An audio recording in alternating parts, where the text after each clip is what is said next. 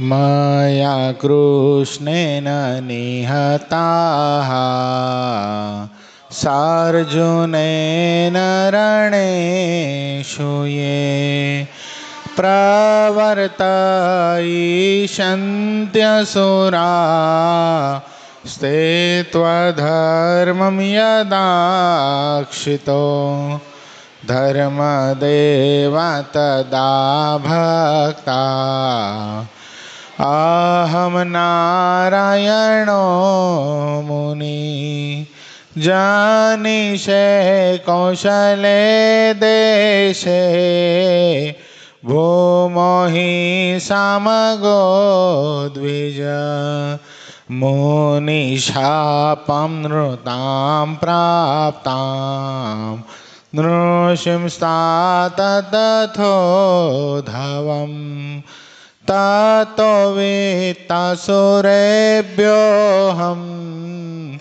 सद्धर्मं स्थापयन्नज सद्धर्मं स्थापयन्नज।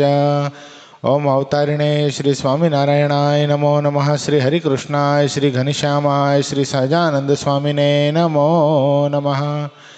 આપણા મંદિરમાં બિરાજી આપણને સૌ કોઈને પોતાના અખંડ દર્શનનું સુખ આપતા આવ્યા આપણા સૌ કોઈના ઈષ્ટદેવ પ્રાણ પ્યારા મહાશ્રેયો મૂર્તિ સંકલ્પિત શ્રી સ્વામિનારાયણ ભગવાન આપણા ઉપર જેમની અપાર કરુણા રહેલી છે એવા આપણા સૌ કોઈના ગુરુશ્રી પ્રાતસ્મરણીય પરમવંદનીય મહામુક્તરાજ પરમ પૂજ્યપાદ સદગુરુ સ્વામી નિત્ય સ્વરૂપદાસજી સ્વામી, આપણા મંદિરના મહંત સ્વામી પૂજ્યપાદ હરિચરણદાસજી સ્વામી, આપણા મંદિરના કોઠારી પૂજ્ય પાર્ષદવરી હરેશ ભગત, પૂજ્ય પરમસુખ સ્વામી, પૂજ્ય રામાનુજ સ્વામી, પૂજ્ય તરુણ સાગર સ્વામી, પૂજ્ય ધર્મજીવન સ્વામી, પૂજ્ય વિદેહી ભગત આદિ તમામ સંતો પાર્ષદોના શ્રી ચરણોમાં માનસિક સાષ્ટાંગ દંડવત પ્રણામની સાથે વાલાવાલા બધા જ ભક્તો હૃદયપૂર્વક જય સ્વામિનારાયણ। કેટલા વચનામૃત ચાલુ છે? લોયાનું પહેલું શું આવ્યું હતું કાલે યાદ છે? બોલો।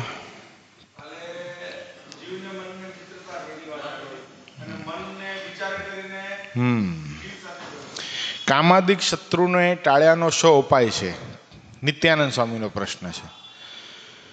તો ઇન્દ્રિયોને તપ કૃત ચાંદ્રાયણ વ્રતે કરીને દંડ દેવા અને અંતઃકરણને વિચારીને કરીને દંડ દેવો, તેથી કરીને કામાદિક શત્રુ જીતાઈ જાય છે। સભા વાંચીને આગળનો પ્રશ્ન આપણે સમજશું। સંવત 1877 કારતકવદી દશમીને દિવસ સ્વામી શ્રી સહજાનંદજી મહારાજ ગામ શ્રી લોયા મધ્યે સુરા ભક્તના દરબારમાં પરમહંસના ઉતારા મધ્યે ઢોલિયા ઉપર વિરાજમાન હતા। રૂનો ભરેલો ધોળો સુરવાળ પહેર્યો હતો, ધોળી છીટની ડગલી પહેરી હતી અને માથે ધોળો ફેંટો બાંધ્યો હતો અને પોતાના મુખારવિંદની આગળ મુનિ તથા દેશ દેશના હરિભક્તની સભા ભરાઈને બેઠી હતી। ત્યાર પછી મુક્તાનંદ સ્વામીએ પ્રશ્ન પૂછ્યો છે, સંપૂર્ણ સત્સંગ થયો તે કેને કહીએ?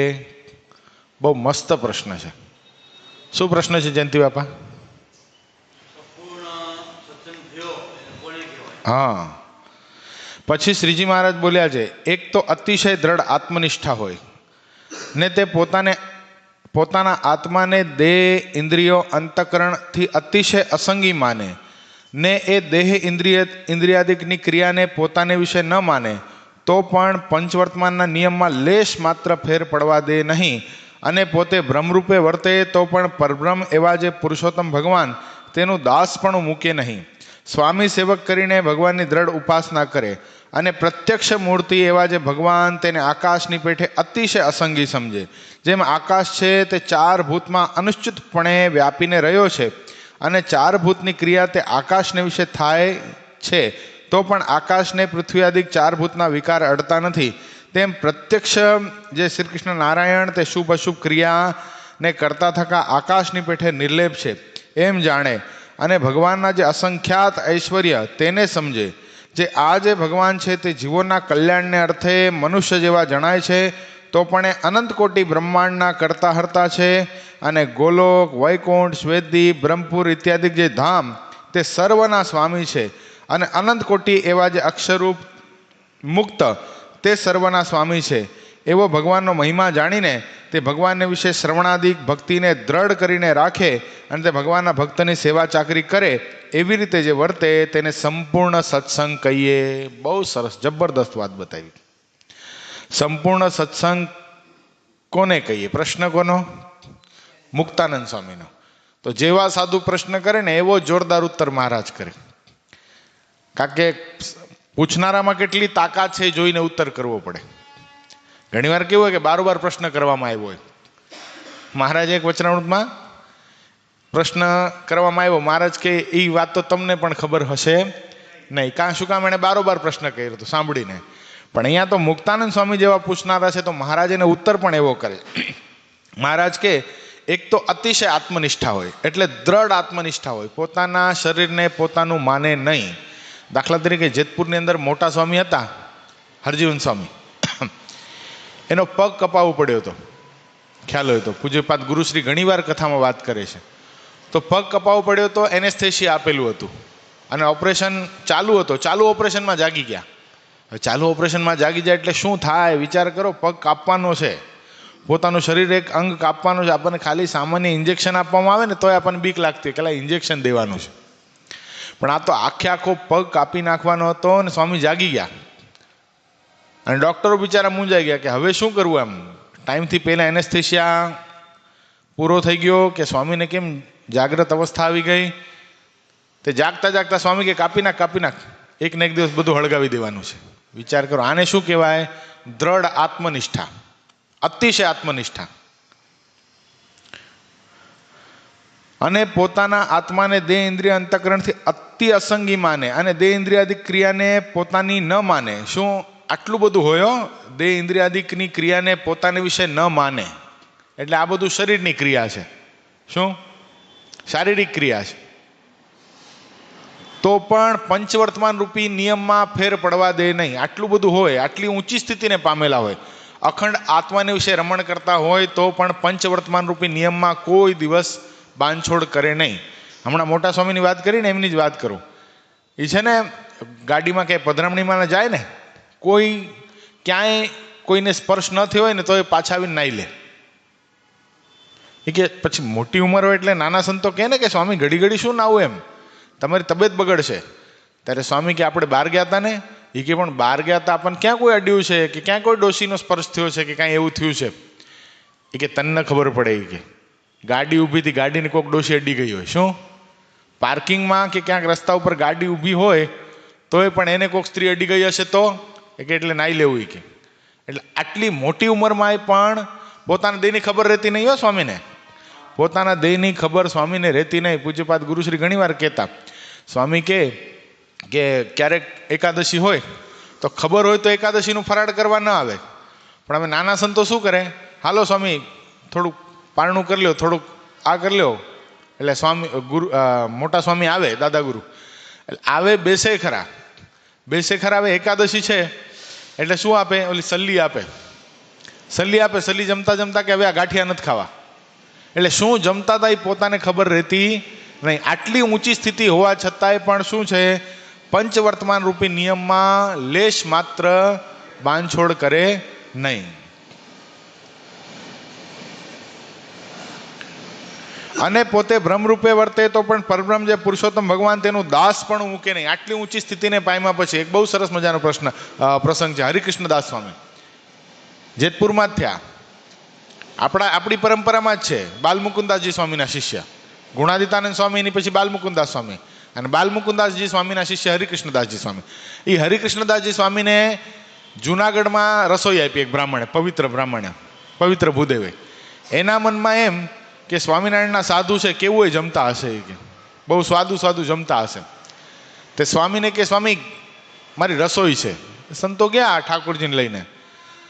પછી સ્વામીને બધું લાવી દીધું. સ્વામી ઘરનો ભીંડો થયો છે સરસ મજાનો, કૂણો, આનું શાક બનાવો. અડદની દાળ, કે ઘરની અડદની દાળ થઈ છે, આની દાળ બનાવો. પછી સરસ મજાની ભેંસ છે મારી પાસે, એકદમ ઘાટું દૂધ છે, આનો દૂધપાક બનાવો. બાજરો એ ઘરનો છે, બાજરાના રોટલા બનાવો. જોજો કોઈને મેચ ન થાય એવું લઈ આવ્યા. કોઈની યારે કોઈનું સેટિંગ થાય નહીં, બધું એવું. હવે બધું બનાવ્યું, ઠાકોરજીને થાળ ધરાવી. હરિકૃષ્ણદાસજી સ્વામી પોતે પત્તરમાં જમવા માટે બેઠા, પણ આ બ્રાહ્મણ બહુ હોશિયાર. આણે શું કર્યું? આના મનમાં એમ કે પત્તર રાખે છે પણ અંદર તો જુદું જ રાખતા હશે. એટલે શું કર્યું? તે વખતે બ્રાહ્મણોના હાથનું સંતો જમતા એટલે બ્રાહ્મણને સોળે કરી અને ધોતી ખેસ પહેરાવી અને પોતે પીરસવા માટે આવ્યા ભૂદેવ. તે પીરસવા માટે આવ્યા તે સ્વામી પાસે બાજરાનો રોટલો લાવ્યા. સ્વામી કે નાક પત્તરમાં, એ ભીંડાનું શાક કે નાક પત્તરમાં, અડદની દાળ કે નાક પત્તરમાં, કે દૂધ પાક કે નાક પત્તરમાં, કે છાશ કે નાક પત્તરમાં, કે હજી કાંઈ બાકી કે આ થોડીક કાકડી ટમેટા સુધારે છે કે નાક પત્તરમાં. બધું નાખી અથાણું આપ્યું એ કે નાક પત્તરમાં. પછી સ્વામીએ શું કર્યું? 3 ચાપા પાણી નાખી બધું રાબડું કરીને જ્યાં જમવા જાય ને પેલા ભૂદેવે દંડવત કર્યા. સ્વામી જો આ જમો ને તો તમને મારા દીકરાના સોગંદ છે. શું આવું થોડી જમાતું હશે? સ્વામી કહેલા તને રાજી કરવા થોડી સાધુ થયો છું, આ મહાશ્રીઓ મૂર્તિ હરિકૃષ્ણ મહારાજને રાજી કરવા માટે સાધુ થયો છું. આટલી ઊંચી સ્થિતિને પામ્યા પછી પ્રગટ ભગવાન સાથે વાતો કરી શકે એવી સ્થિતિ આવ્યા પછી પણ પંચવર્તમાન રૂપી નિયમમાંથી કોઈ દિવસ મોડા પડે નહીં. આ તો હરિકૃષ્ણદાસ સ્વામીની વાત કરી. ભક્તો, મહારાજે બહુ સ્પષ્ટ વાત કીધી છે. પરોક્ષનો જેવો આ જીવાત્માને મહિમા છે ને એવો પ્રત્યક્ષ ગુરુનો થઈ જાય ને તો એના કલ્યાણમાં કાંઈ બાકી રહેતું નથી. હરિકૃષ્ણદાસજી સ્વામીની પરંપરામાં, એ જ ઉજ્જવળ પરંપરામાં પૂજ્યપાદ આપણા ગુરુ થયા છે. સમજાણું?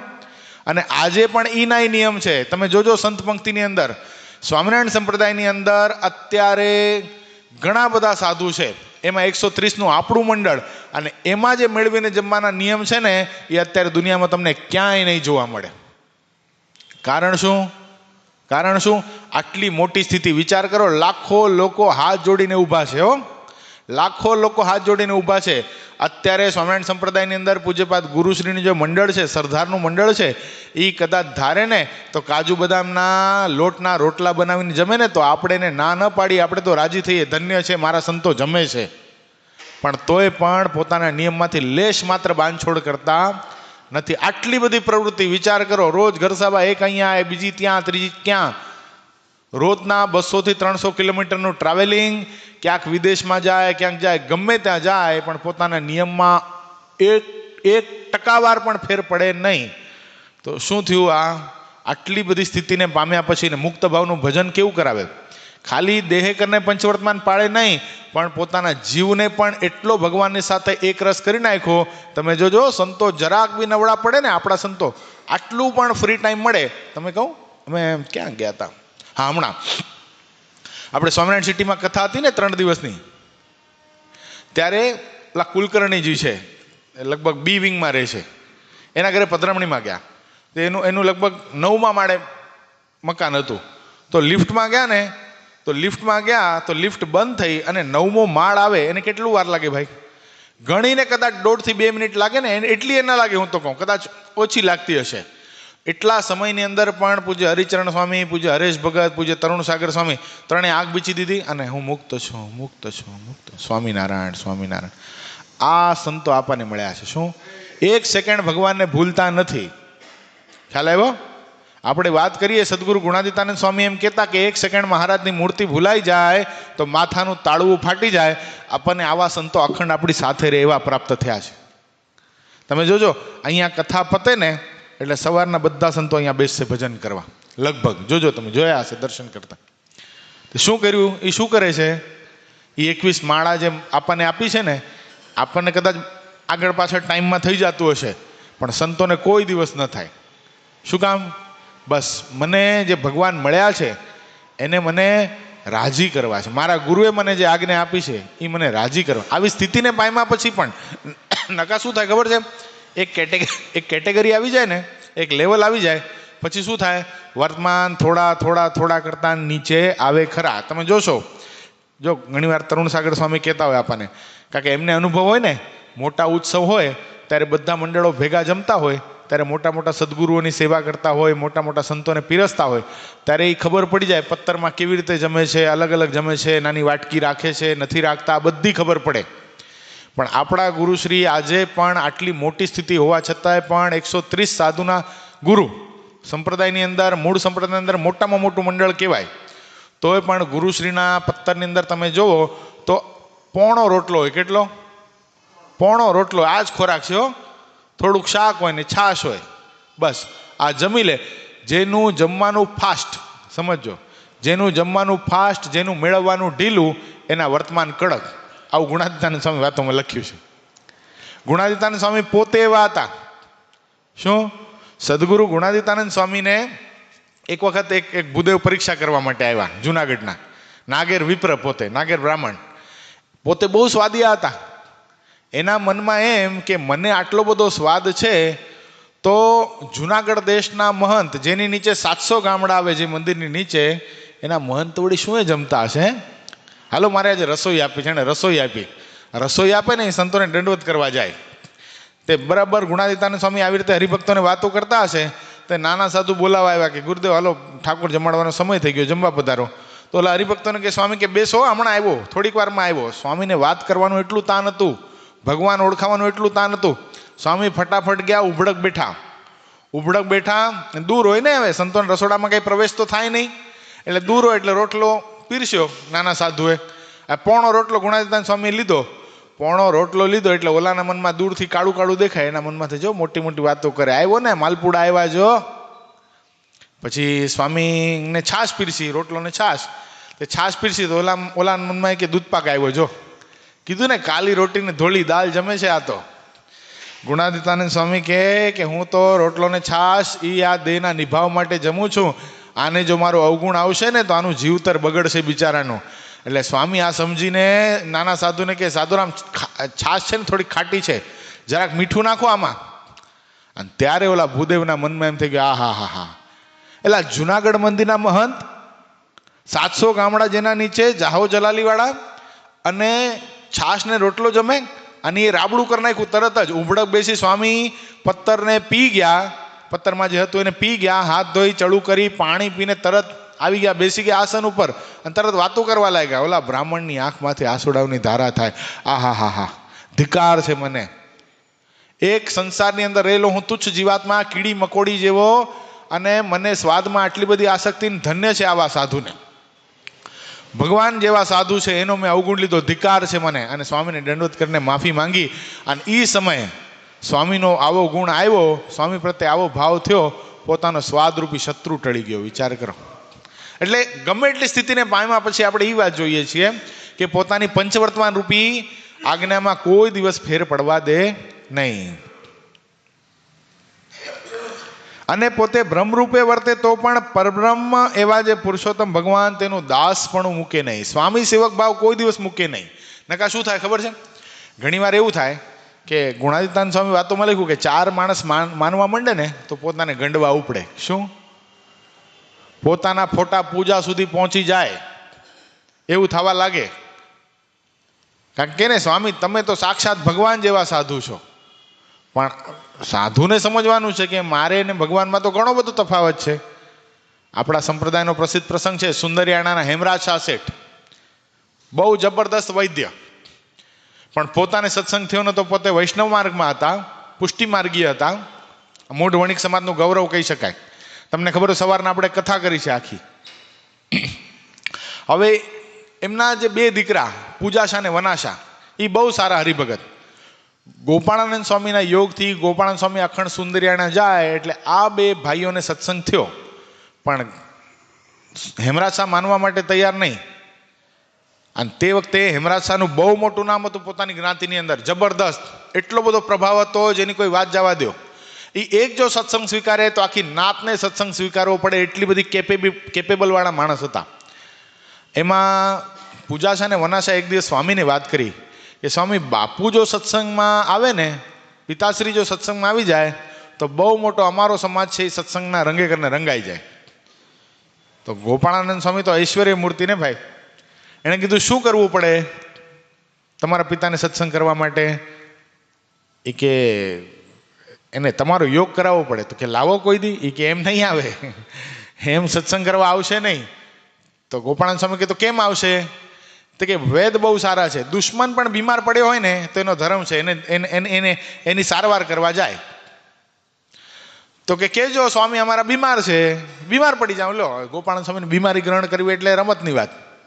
યોગ ઐશ્વર્ય પુરુષ ને ભાઈ, એટલે કેજો ને કે બીમાર છે. અને બરાબર જઈને પૂજાશા ને વનાશાએ કીધું કે અમારા સ્વામી બીમાર છે. એ કે ખબરદાર, સ્વામી બામી કહેવાનું નહીં, સ્વામી તો એક વલ્લભ, બીજા બધા જગતના બાવા, આવું બોલેલા છે. સ્પષ્ટ લીલાની વાતોમાં લખેલું છે, સ્વામી તો એક વલ્લભ, બીજા બધા જગતના બાવા, પણ બીમાર છે કયો છો તો એને મળવા આવીશ, એને ઔષધિ આપીશ. કાંઈ વાંધો નહીં, જે માનો એ બાપુજી આવો તો ખરા. આવ્યા અને સ્વામી બરાબર ચટાઈ ઉપર પથારી કરીને સૂતા હતા. અને તપાઈશું ભાઈ, અહીંયા તપાઈશું, અહીંયા તપાઈશું. પછી નાડી જોઈ, નાડી વેદ હતા, નાડી બંધ. એટલે હાથની નાડી બંધ, સ્વામી વાતો કરે. સ્વામી કે શું થયું વૈદજી, બહુ કસર છે શરીરમાં? અને હેમરાજ શાહ તો આંખ ફાટી ગયો કે બહુ મોટા વેદ હતા. નાડી બંધને માણસ વાત કેમ કરે? કાનની બાજુમાં એક નાડી હોય, અહીંયા ત્યાં ચેક કર્યું, એ બંધ.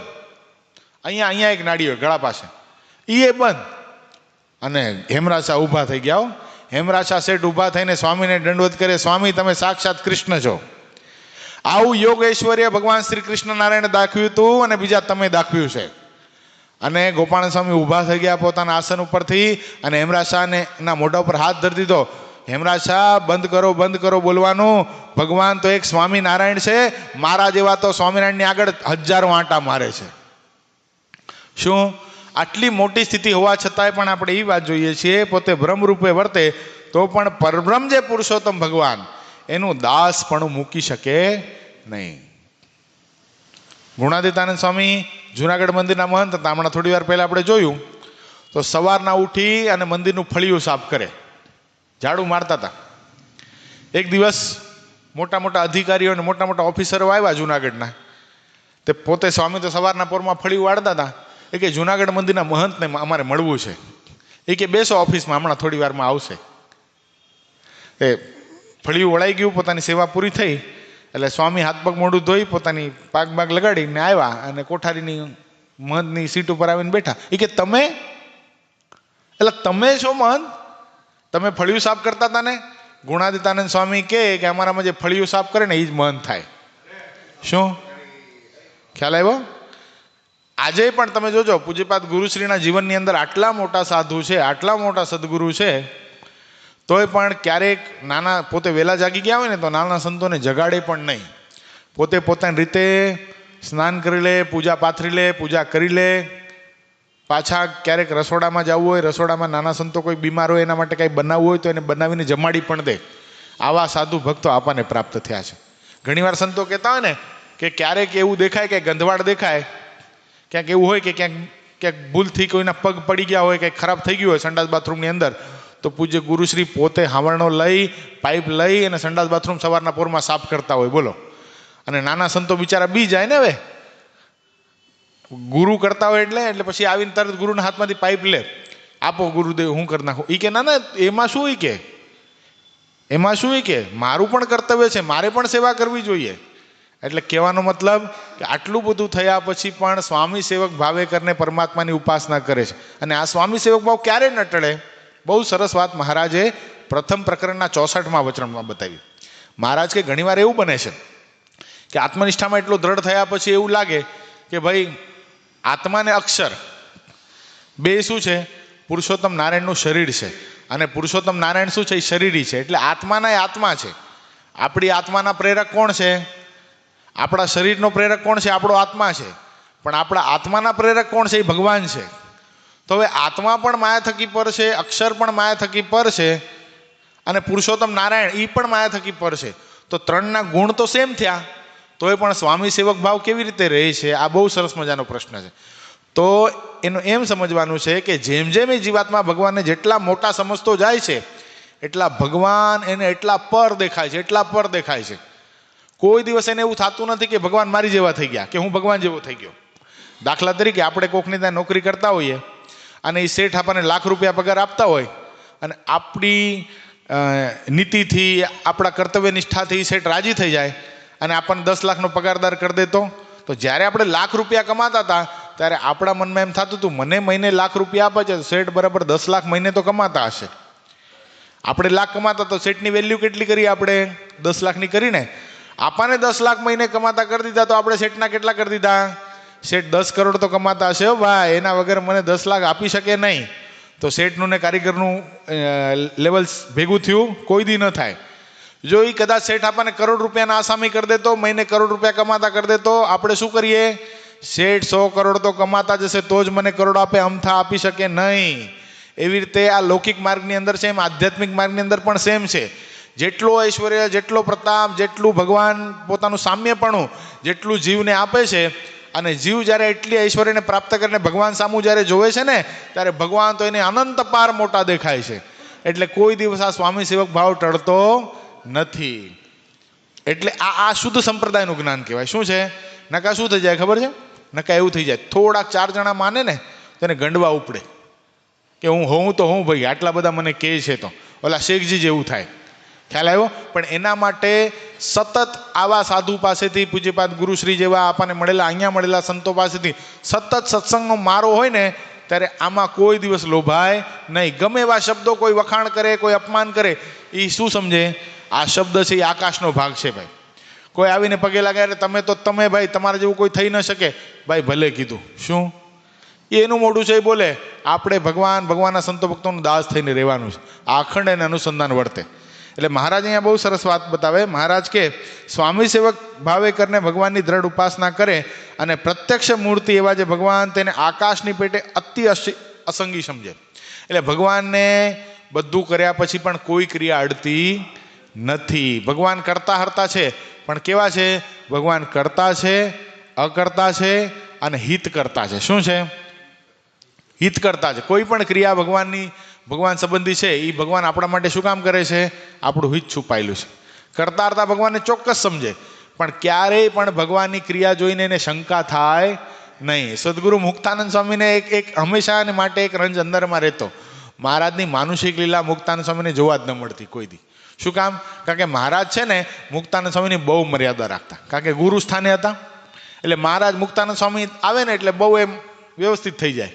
પણ બ્રહ્માનંદ સ્વામી હોય ને સુરા ખાચર હોય તો મહારાજ શું કરે? રમૂજ કરે ને માનુષિક ચરિત્ર કરે. ઓલો પ્રસંગ બહુ પ્રસિદ્ધ નથી? જુનાગઢ જતા હતા ગઢડાથી. કોણ? સુરા ખાચર, બ્રહ્માનંદ સ્વામી ને મહારાજ, ત્રણ ઉપડ્યા. હવે જુનાગઢ થોડુંક જ દૂર હતું. મહારાજ કે અમારે યાર ભાઈ લેટ્રિન જવું પડશે યાર, કુદરતી હાજતે. એટલે બ્રહ્માનંદ સ્વામી કે મહારાજ કાંઈ દયા કરો, તમે સર્વોપરી ભગવાન છો, આવું નહીં કરો. હમણાં થોડેક દૂર ગામ આવી જશે જુનાગઢ, પછી ત્યાં બહાદુર ખાનના દરબારગઢની અંદર કરી લેજો છે. એ કે નહીં, અત્યારે એક સ્ટેપ આગળ હલાશે નહીં. અરે મહારાજ એક સ્ટેપ શું નહીં, આ પાણી છેવડે બાઈઓ પાણી ભરે છે, સ્ત્રી ભક્તો. અહીંયા એ કે તમને શરમ આવતી હોય ને તો આડી પછેડી ઊભી આડી રાખો. બ્રહ્માનંદ સ્વામીની પછેડી લઈ લીધી મહારાજે, પકડાવ્યો એક છેડો ને એક છેડો સુરા ખાચરને. અમે તો અહીંયા જ બેસશું. એટલે મારે સુરા ખાચર કે રેવા દો ને સ્વામી, નહીં સમજાવો, આ બાપ નહીં માને. તે મહારાજ બેઠા ને એ પાછળ કોઈ જોવાનું નહીં હો, પાછળ કોઈ જોશો તો અમને શરમ થશે, અને જે જોશો ને એ ગુરુદ્રોહી ને વચનદ્રોહી. એ 2 જણા એમ પકડીને ઊભા રહ્યા 10 મિનિટ 15 મિનિટ અડધો કલાક. એટલે પછી સુરા ખાચરથી રહેવાનું ને એમ તીરછી દ્રષ્ટિએ જોયું. એટલે આ સ્વામી હું હાથ તોડો છો, દુખાવી નાખ્યો હાથ પકડીને પછેડી. બાપ ક્યાં છે અહીંયા? હાલો, એ તો અદ્રશ્ય થઈ ગયા. અને પછી 2 જણા હાલતા આવ્યા બહાદુર ખાનના દરબારગઢની અંદર. જ્યાં આવ્યા, બહાદુર ખાન નવાબે મહારાજની કેસર ચંદન આદિ કરીને પૂજા કરીને, મહારાજ તો ધર્મ જ્ઞાન વૈરાગ્ય ભક્તિની વાતો કરતા હતા. અને 2 હાલતા આવ્યા ને મહારાજ કે કેમ છે સુરા ખાચર, કેમ છે બ્રહ્મની, મજા આવી ગઈ કે નહીં? મહારાજ કે શું મજા આવી ગઈ, આવા ને આવા ધંધા કરવાના, તમે ગમે એવી લીલા કરો, ગમે એવા ચરિત્ર કરો, અમને શંકા થશે નહીં. એટલે તો ભુજની અંદર જ્યારે મહારાજ પધાર્યા ત્યારે શિવરામ વિપ્રને મહારાજે 7 વાર મહારાજ ભેટ્યા. શું કામ ભેટ્યા હશે? મહારાજે પ્રશ્ન કરેલો કે તમે અમારા માટે શું કરી શકો? ત્યારે સુંદરજી સુતાર કે મહારાજ તમે કહો તો મારી બધી સંપત્તિ તમને ચરણોમાં અર્પણ કરી દો. મહારાજ તમે કહો તો હું સાધુ થઈ જાઉં. ગંગારામ મલ કે મહારાજ તમે કહો એ બધું તમારા માટે થાય, શું ન થાય એમ. અને તે વખતે શિવરામ વિપ્રનો વારો આવ્યો ત્યારે શિવરામ વિપ્રએ મહારાજ પાસે 2 હાથ જોડીને કીધું, મહારાજ આપના માનુષિક ચરિત્રમાં મને કોઈ શંકા ન થાય એટલું હું તમારા માટે કરી શકું. મહારાજ કે બસ આ કરવાનું છે. શું? આ કરવાનું. તો આપણા મનમાં એમ થઈ જાય કે ભાઈ એ તો તે વખતની વાત હતી, ભગવાનના સમકાલીન સમયની વાત હતી, તો એ અત્યારે કેમ સમજવી ભાઈ? હાલો, ભગવાન હાજર હોય ત્યારે માનુષિક ચરિત્ર કરે. ભગવાનની ક્રિયામાં શંકા થવાની શક્યતા ક્યારે હોય? આપણે ભગવાન સાથે રહેતા હોઈએ ત્યારે ને. તો અત્યારે કેમ સમજવું એનું? આ વચનામૃતને અત્યારે કેમ લેવું? જો સમજો, ભગવાનને આકાશની પેટે અતિ અસંગી સમજે. તો હવે અત્યારે કેમ સમજવું આ વાતને? તો અત્યારે આપણા દૈનંદિન વ્યવહારની અંદર આપણો જે વ્યવહાર છે એની અંદર કાંઈક દેશકાળ આવે, આપણે બહુ કમાણા હોઈએ, બહુ સારી રીતે સારી એવી પ્રોપર્ટી આપણી હોય, બરાબર છે, ધીરે ધીરે ધીરે કરતાં બધું વેચાઈ જાય, કાંઈ રહે નહીં, ભાડાના મકાનમાં રહેવા જવું પડે, બધી પરિસ્થિતિમાં આવ્યા પછી પણ ભગવાન પ્રત્યે આટલો પણ સંકલ્પ થાય નહીં, એ શું કર્યું કહેવાય? ભગવાનને અસંગી સમજ્યા કહેવાય. નકા શું થઈ જાય? એટલે મારી સાથે આવું, એટલે 25 વર્ષથી સત્સંગ કરું છું, શું નથી કર્યું મેં આ સત્સંગ માટે? ભાઈ, તો તું સત્સંગ માટે તને પૈસા મળે એટલા માટે કરતો હતો? આ વાત બહુ સમજવા જેવી છે હો. અને ત્યારે જો સત્સંગ એમને એમ રહે, ત્યારે જો સંતો પ્રત્યેનો ભાવ એવો ને એવો રહે, ત્યારે ગુરુ જેવા સાધુ આ બ્રહ્માંડમાં નથી એવું સમજાય, અને ત્યારે આ ભગવાન જેવા ભગવાન નથી એમ સમજાય. નકા શું થાય ખબર છે? વડતાલની પૂનમ ભરતો હોય ને શિરડીની પૂનમ શરૂ થઈ જાય. આ ઘટના ઘટેલી છે આપણા સંપ્રદાયની અંદર, આવા ઘણાય છે. પણ ત્યારે ભગવાનને સંપૂર્ણ કરતા હરતા સમજ્યા કહેવાય. એટલે અત્યારે આ વસ્તુ લેવાની છે. અત્યારે આપણે ભગવાનના ચરિત્રમાં કોઈ દી માનુષિક ભાવ આવશે પણ નહીં. આપણે અત્યારે આ ટેસ્ટથી કીધું કે નહીં આ જુનાગઢનું ચરિત્ર, એ તે વખતની વાત છે, એ ભગવાન વખતની વાત છે. આપણે 2 દી પહેલા કીધું હતું, આંબા શેઠને શંકા થઈ ગઈ, ભાઈ અદીબાના ખભા ઉપર હાથ મૂક્યો હતો. પણ આપણે તો અત્યારે ટેસ્ટથી ગાઈ છે કે નહીં ચરિત્ર? અત્યારે આપણને પરમાત્માના ચરિત્રમાં શંકા થવાની શક્યતા જ નથી. પણ આ વસ્તુ ઘડે. 2 દિવસ પહેલા આપણે ઓલી રવિસભાની અંદર વેરાભાઈનું ચરિત્ર લીધું હતું. વેરાભાઈના જીવનની અંદર એવી ઘટના ઘટી અમિત ભગત, વેરાભાઈના 25 સભ્યો હતા ઘરમાં. કેટલા? 25 જણા. 24 જણા 1.5 વર્ષની અંદર ધામમાં જતા રહ્યા. કેટલા? 24 જણા. એટલે એવરેજ કાઢો ને તો દર 10 દિવસે ઘરમાંથી ઠાઠડી એટલે નનામી નીકળે. સૂતક 1.5 વર્ષ સુધી વેરાભાઈને પૂરું થયું નહીં, તોય પણ વેરાભાઈના મનમાં સંકલ્પ ન થયો કે આ ભગવાન છે કે નહીં. એમ ઘટના ઘટે, શરીરમાં સુખ દુઃખ આવે, પરિવાર સંબંધી સુખ દુઃખ આવે, દેશકાળ એવા આવે, આર્થિક સ્થિતિમાં ભાંગી જઈએ, તોય પણ ભગવાન પ્રત્યેનો આટલો પણ શંકા થાય નહીં. મારા ભગવાન જે મારા માટે કરતા હશે એ બરાબર જ હશે. ત્યારે શું સમજવું? એ ભગવાનને આકાશની પેટે અસંગી સમજે છે. જેમ આકાશ છે તે 4 ભૂતમાં અનુશ્ચિતપણે વ્યાપીને રહે છે, અને 4 ભૂતની ક્રિયા તે આકાશની વિશે થાય નહીં. આકાશ છે બધે વ્યાપક છે કે નહીં? બધે વ્યાપક છે, પણ આકાશમાં આકાશનો ભાગ કોઈને અડતો નથી. દાખલા તરીકે નાનામાં નાનું શું કહેવાય અણુ છે ને, એ પણ આકાશ વગરનો નથી. આકાશ એટલે અહીંયા શું લેવાનું છે? ખાલી જગ્યા. ખ્યાલ આવ્યો?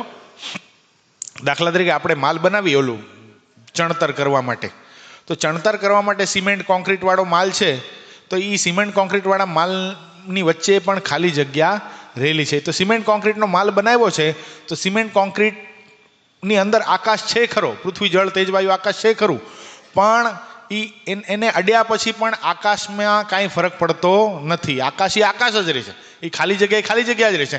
એમ ભગવાનને કોઈ વસ્તુ અડતી નથી, ગમે એવી ક્રિયા કર્યા પછી પણ. અને આટલું બધું સમજ્યા પછી ભગવાન કેવા છે? તો આ ભગવાન છે એ મનુષ્યના કલ્યાણને અર્થે, જીવોના કલ્યાણને અર્થે મનુષ્ય જેવા થયા છે. કેવા થયા છે? પણ છે કેવા? અનંત કોટી બ્રહ્માંડના ધણી છે. એનું શરીર આ લોકના સામાન્ય માણસ જેવું નથી. તમને ખબર હતો ઓલા ભુજની અંદર ગંગારામ મલ હતા, એ મહારાજને કે મહારાજ તમને શરીરમાં કસર હોય તો હું થોડુંક કચડી દઉં તમને. મહારાજ કે હા વાંધો નહીં. મહારાજ કે કચડો, તો પગ પકડ્યો મહારાજનો. મહારાજ કે તમારા પગમાં હાડકું નથી. મલ તું એ ગાંડો છો કે તમારા માણસના પગમાં હાડકું હોય કે? હાલાલ ઉપર દાબ ઉપર થોડું ગોઠણે આવ.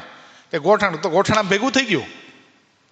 અરે મહારાજ તમને ગોઠણ જ નથી. એ કે માણસને ગોઠણ હોય શું નહીં, ઉપર આ ઉપર. તે કમર ભેગી થઈ ગઈ આમ. કે તું એ હાવ માણસને હાડકા બધે હોય, છાતી જો છાતી, તો મારા છાતી ભેગી થઈ ગઈ. એ કે માથામાં તો હાડકું હોય જ ગંગારામ, તે માથું ભેગું થઈ ગયું. એટલે ગંગારામ તો બીવા લાગ્યા, મહારાજ તમે આવા કેમ થઈ ગયા? આ તમારો શેપ આવો કેમ થઈ ગયો? મહારાજ ફરીવાર મંદાસ્ય કર્યું તો શેપ બરાબર થઈ ગયો. એ કે માણસને બધે હાડકું હોય ગંગારામ. એ કે મહારાજ માણસને હાડકું હોય પણ તમે માણસે નથી અને કોઈ સત્પુરુષે નથી. તમે માણસના અને સત્પુરુષના સર્જનાર સાક્ષાત પુરુષોત્તમ નારાયણ છો. મહારાજ ભૂલો પડ્યો. આ સ્થિતિ ભગવાનની છે. શું છે? એ શું કામ આવે છે આ પૃથ્વી ઉપર? જીવોના કલ્યાણને અર્થે મનુષ્ય જેવા થાય છે. જો એવા ને એવા મોટા આવ્યા હોત વિચાર કરો, એટલે મહાભારતના યુદ્ધમાં ગીતાજીનું જ્ઞાન દેવા માટે ભગવાને વિરાટ સ્વરૂપ જ્યારે દેખાડ્યું ને, અર્જુન જોઈ ન શક્યો. કૃપાનાથ, શું તમે બતાડો છો મને? નથી મારે આવું જોવું, નથી આવું જોવું. હે વાસુદેવ, તમે મારા મિત્ર જેવા બનો. પછી શું થયું? ભગવાન પાછા નાના થઈ ગયા ને ગીતાજીનું જ્ઞાન આપ્યું ત્યારે અર્જુનને સુખ થયું. પણ જેવા છે એવા સ્વરૂપમાં આપણી પાસે આવે ને તો આપણે મોજ લઈ શકીએ નહીં. આ તો ભગવાન આપણા ખોરડામાં આવે, ભગવાનને આપણે જમાડીએ, ભગવાન આપણા દીધેલા વસ્ત્ર પહેરે. આ બધું શું કામ ભગવાન કરે છે? આપણા કલ્યાણને માટે. બાકી ભગવાનને કાંઈ લેશમાં એમાં ઈચ્છા નથી હો. આપણા મનમાં થાય આપણે ભગવાન માટે કરીએ છીએ. નહીં. તમે વિચાર કરો, આ ભગવાને વાઘા ધારણ કરે, હાર ધારણ કરે, ભગવાનને કેટલો ભાર લાગે છે. શું કામ ધારણ કરે છે આખો દિવસ? બસ આપણને દર્શનનું સુખ આવે. આપણા મનમાં એમ થાય ભગવાનને આ પાગ પહેરાવી દીધી, ભગવાનને મજા આવતી હશે. કોક દી જાવ અંદર ખબર પડે. ખ્યાલ આવ્યો? આ પાગ ધારણ કરાવીને સવારમાં ભગવાનને માથું દુખી આવે એટલું તો જોરથી બાંધવું પડે છે. પણ શું કામ આખો દી ધારણ કરે છે? બસ આપણા કલ્યાણ માટે. આપણને ભગવાનમાં આસક્તિ થઈ જાય, એ દર્શન આપણને ભૂલાય નહીં, અખંડ આપણને ભગવાનમાં પ્રેમ થાય, એટલા માટે ભગવાન આ બધું ધારણ કરે છે. પણ મનુષ્ય જેવા જણાતા હોવા છતાંય પણ કેવા છે ભગવાન? તો ગોલોક, વૈકુંઠ, બ્રહ્મપુર આદિ બધા ધામના પતિ છે. અને અક્ષરરૂપ મુક્ત એ બધાયના સ્વામી છે. મોટા અક્ષરધામના મુક્તો છે, સાક્ષાત મૂળ અક્ષર છે. મહારાજ કે લોયાનું 13મું આમાં જ આવશે, લોયાના પ્રકરણમાં. લોયાના 13મા વચનમાં મહારાજ કે અક્ષર બધાને ધારી રહ્યું છે. શું કરે છે અક્ષર? બધાનો ધારક અક્ષર છે. પણ અક્ષરને પણ જો લેશ માત્ર ગુમાન આવે કે હું બધાને ધારી રહ્યો છું, તો સ્વરાટ થકા અક્ષરને પણ મારા સ્વરૂપમાં લીન કરી હું બધાને ધારવા માટે સમર્થ છું. આવા ભગવાન આપણને પ્રાપ્ત થયા. એવો ભગવાનનો મહિમા જાણીને ભગવાનને વિશે શ્રવણાદિક ભક્તિને દ્રઢ કરે. આટલો મહિમા સમજ્યા પછી પણ કથા વાર્તા એના જીવનમાંથી કોઈ દી ગૌણ થાય નહીં. ત્યારે સમજવું કે ભગવાનમાં પ્રીતિ છે. નકા શું થઈ જાય? થોડુંક નિયમ ધર્મ પાળતા થઈ જઈએ, થોડુંક ભગવાન સંબંધી જ્ઞાન થઈ જાય તો પછી આપણા મનમાં શું થાય? મને તો ક્યાં કથાની જરૂરત છે, એવું થઈ જાય. પણ ભગવાનમાં અતિશય આસક્તિવાળાના લક્ષણ મધ્યના 29મા વચનમાં મહારાજે બતાવ્યા. મહારાજ કે માર્ગે ચાલીને થાકી ગયો હોય, વ્યવહારે કરીને અવરાઈ ગયો હોય, શરીરમાં દીર્ઘ રોગ આવી ગયો હોય, ઊભા થવાની શક્તિ ન હોય, તોય પણ ભગવાનની કથા વાર્તા કરવાનો અથવા સાંભળવાનો પ્રસંગ જ્યારે નીકળે ત્યારે એવો તત્પર થઈ જાય જાણે કાંઈ થયું જ નથી. આની કોરની અટકળ એમ માંડવી કે આ જીવને પરમાત્મામાં અતિશય પ્રીતિ છે. આ પ્રીતિનું લક્ષણ બતાવ્યું. પ્રીતિનું લક્ષણ એવું ક્યાંય નથી બતાવ્યું કે ભગવાનની આગળ ઊભો રહી કીર્તન ગાતો હોય ને આંખમાંથી આંસુડાઓની ધારાઓ થતી હોય. એ થાય, હાલો, એ પ્રેમ હશે, પણ સાચો પ્રેમ કોને કહેવાય ભાઈ? પરમાત્માની કથામાં જેટલો પ્રેમ જેને, એને ભગવાનની સાથે એટલું જોડાણ. ખ્યાલ આવ્યો? જેટલો જેને, જોજો તમે, અને જે કથા વાર્તા વાળા હરિભગત હશે ને એની ભક્તિ એટલી બધી આમ ઉભરાયેલી નહીં દેખાય. એ શાંત હશે, એ માળા ફેરવતો હશે તો માળા ફેરવતો હશે, એ કથા વાર્તામાં આવતો હશે, શાંતિથી એક સ્થાને બેઠો હશે. પણ એના જીવનના, એના હૈયામાં જે પરમાત્માની ભક્તિ છે ને એના મૂળિયા અતિશય ઊંડા છે, પાતાળ સુધી પહોંચી ગયેલા છે. એને કોઈ દિવસ સત્સંગમાંથી હલાવી શકાશે નહીં. શું કામ? એણે કથા વાર્તા કરીને ભગવાનના દિવ્ય ચરિત્ર, માનુષિક ચરિત્ર, સંતના દિવ્ય ચરિત્ર, માનુષિક ચરિત્ર બધા જાણી રાખ્યા છે. એટલે એક જ પ્રશ્ન થયો, 8 વાગી ગયા.